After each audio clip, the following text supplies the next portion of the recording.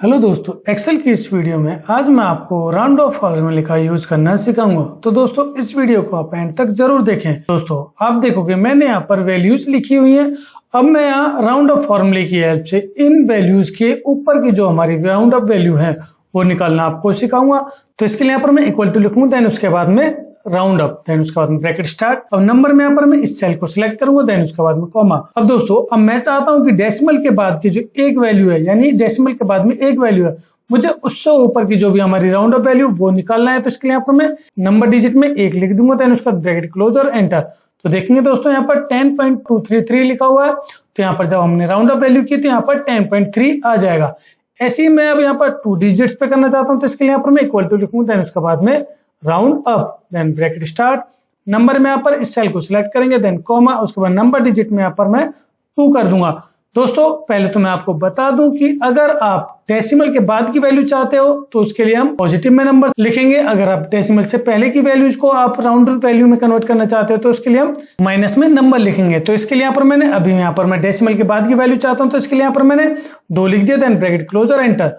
तो देखेंगे यहाँ पर दोस्तों 23.345 है। अब जब मैंने यहाँ पर इसकी राउंड ऑफ वैल्यू निकाली तो यहाँ पर 23.35 आ जाएगी, यानी 4 से ऊपर की जो भी हमारी राउंड ऑफ वैल्यू वो यहाँ पर आ जाएगी। इस तरह से दोस्तों हम डेसिमल के बाद की वैल्यूज को राउंड ऑफ वैल्यू निकाल सकते हैं। अब मैं चाहता हूं कि डेसिमल से पहले की वैल्यूज हमारी राउंड ऑफ वैल्यू आ जाए, तो इसके लिए यहाँ पर मैं इक्वल टू लिखूंगा, देन उसके बाद में round up, bracket start. Number में यहाँ पर इस सेल को सिलेक्ट करेंगे, देन कॉमा, उसके बाद नंबर डिजिट में यहाँ पर मैं माइनस का 1 लिख दूंगा, क्योंकि अब मैं चाहता हूं कि डेसिमल से एक नंबर पहले हमारी राउंड ऑफ वैल्यू हो जाए। तो इसके लिए यहाँ पर मैंने नंबर डिजिट में -1 लिखा, देन ब्रैकेट क्लोज और एंटर।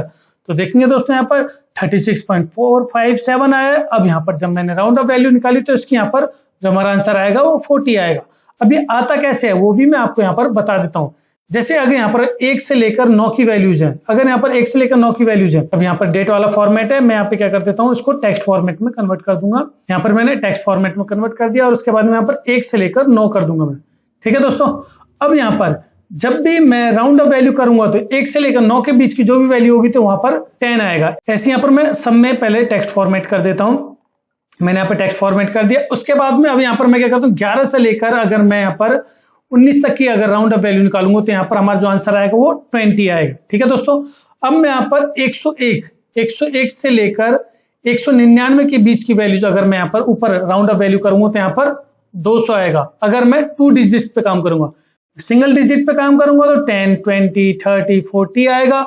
अगर मैं 2 डिजिट्स पे काम करूंगा तो यहाँ पर मैं 200 आएगा, यानी जो हमारे जो 2 नंबर्स हैं उनका राउंड ऑफ वैल्यू निकाल के वो हमें यहाँ पर 200 दे देगा। ऐसे यहाँ पर 201 से लेकर 299 पे करेंगे तो यहाँ पर हमारा जो राउंड ऑफ वैल्यू आएगी वो 300 आएगी। ऐसे दोस्तों अब मैं यहाँ पर 3 डिजिट्स पे काम करूंगा तो यहाँ पर मैं जैसे 1001 लिख देता हूं से लेकर 1999। तो यहाँ पर 1999 तक अगर मैं यहाँ पर राउंड ऑफ वैल्यू करूंगा तो यहाँ पर 2000 आएगा। तो मैं आपको यहाँ पर फॉर्मूला यूज करके भी दिखा देता हूँ। आपको इक्वल टू लिखूंगा, देन उसके बाद में round up, bracket start. Number यहाँ पर इस सेल को सिलेक्ट करेंगे, देन कॉमा। अब नंबर डिजिट में दोस्तों मैं यहाँ पर 2 डिजिट्स पे काम करूंगा तो मैं यहाँ पर -2 लिख दूंगा, देन उसके बाद ब्रैकेट क्लोज और एंटर। तो देखिए यहाँ पर 149.569 आया है।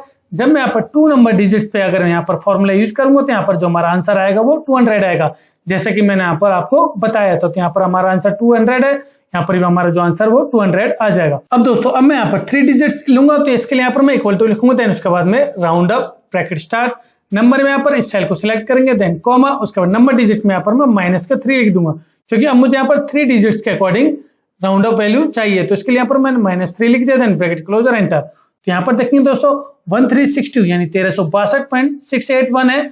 अब मैं इसकी राउंड ऑफ वैल्यू निकालूंगा तो यहाँ पर हमारा 2000 आएगा। अब मैं यहाँ पर आपको दिखा देता हूँ, 1001 से लेकर 1999 के बीच की अगर कोई भी वैल्यू होती है तो वहां पर जो हमारी राउंड ऑफ वैल्यू आएगी 2000 आएगी।